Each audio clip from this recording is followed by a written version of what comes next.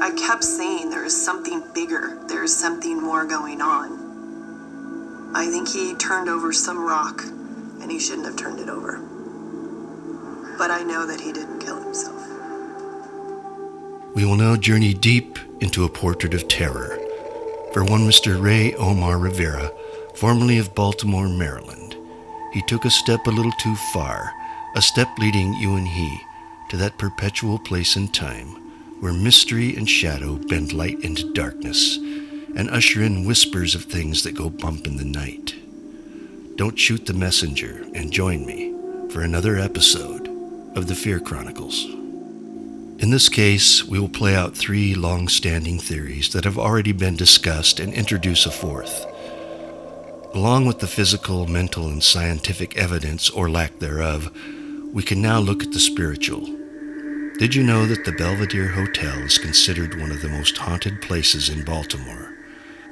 Opened in December of 1903, kings, presidents, authors, politicians, and movie stars have made it a point to stay and live in the Belvedere.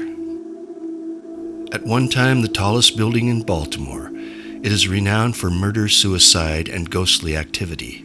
A perfect backdrop to unravel the Rey Rivera suicide murder case and unpack the multidimensional trunk of evidence that surrounds the unsolved mystery. Physical evidence, or lack thereof. Rey Rivera's body was found on May 24, 2006 at the Belvedere Hotel. Rivera went missing from his home on May 16th, shortly after receiving a phone call from the Agora Publishing switchboard, for which he was employed as a subcontracted videographer.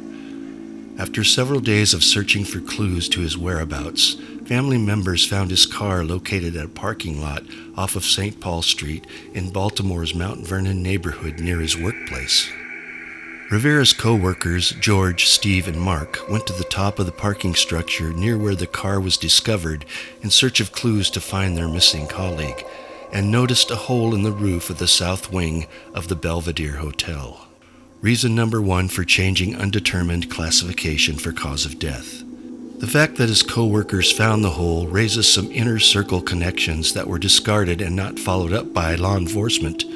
One of these workers had info to share about and Rey's disappearance, but it was not taken seriously. Police soon discovered Rey's partially decomposed body inside a conference room under the hole, which his co-workers fortuitously discovered.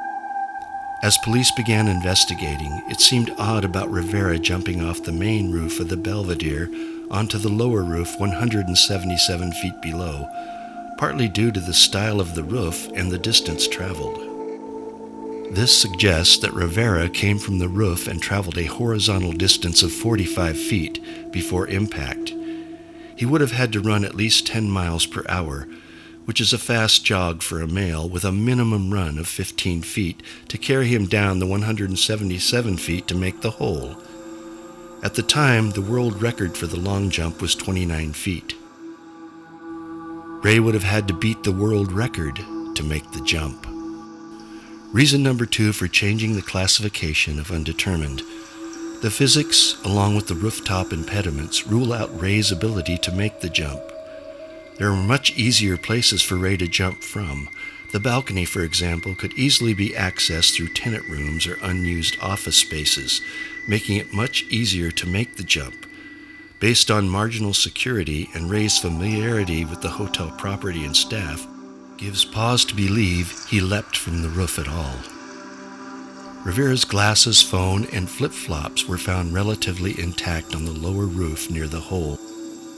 The medical examiner ruled cause of death undetermined. The police think suicide and step back from their investigation and any further digging into the strange events surrounding his death. It doesn't appear Rey's DNA was found in or around the hole, and no roof material was ever mentioned as being present during the autopsy.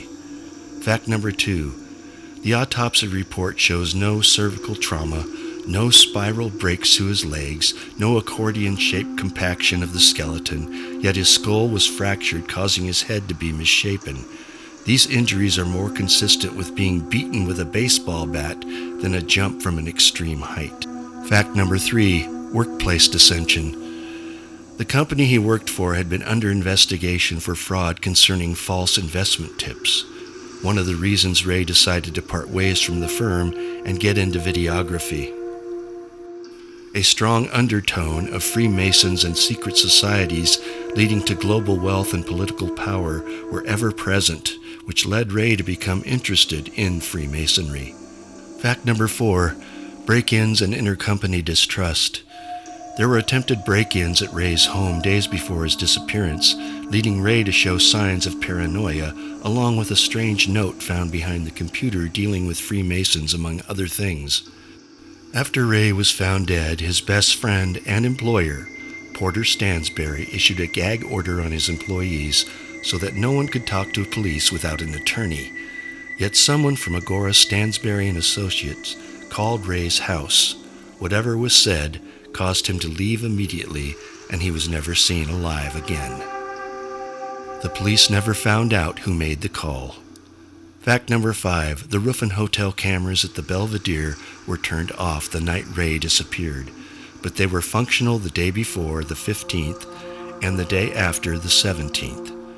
Rey was not observed on any of the hotel cameras either entering or leaving. So was he ever at the hotel? Some speculate he was killed off-site and placed in the room post-mortem. The hole had been there for quite some time, made by falling debris from the architecture, but this and other murder accident scenarios will be unraveled in Part 2. Fact number 5. The primary investigator, Mike Byer, was taken off the case. He was the only detective doing heavy background checks and suspected foul play. He was marginalized by his superiors, who claim he was getting too close to Rey's wife to be objective. The chief, the prosecutor, and the attorney general are all believed to have Freemason ties, with possible connections to other powerful Freemasons in Baltimore. The day of his death, Rey met with a Freemason to discuss membership possibilities. Number 7, FBI rules out note behind computer as suicide note. They said, and I quote, "People don't hide suicide notes. They leave them in a place where people will find them." Fact number 8. Medical examiner concludes Rey's injuries are not limited to someone who jumps from a great height. They're also consistent with someone who was beaten or run over by a car. Fact number 9. People who worked at the Belvedere knew Rey Rivera. They would have said something when questioned by the police, but nobody saw him. No video recordings of Rey coming or going from the hotel exist. Rey had been at the rooftop bar and went out on the roof to watch the sunset many times, but for some strange reason on May 16th, the hotel cameras were not working. Or perhaps they revealed that Rey was not even on the roof on May 16th. Fact number 10. Rey had a money clip. It was his prized possession, and yet it was missing from the items placed by the hole, which include his cell, flip-flops, and glasses. Years earlier, a man had jumped out of the Belvedere from the 8th floor. He landed on the street and broke almost every bone in his body. Rey supposedly jumped from the 13th floor, and he had much less damage. Now you're starting to get the picture.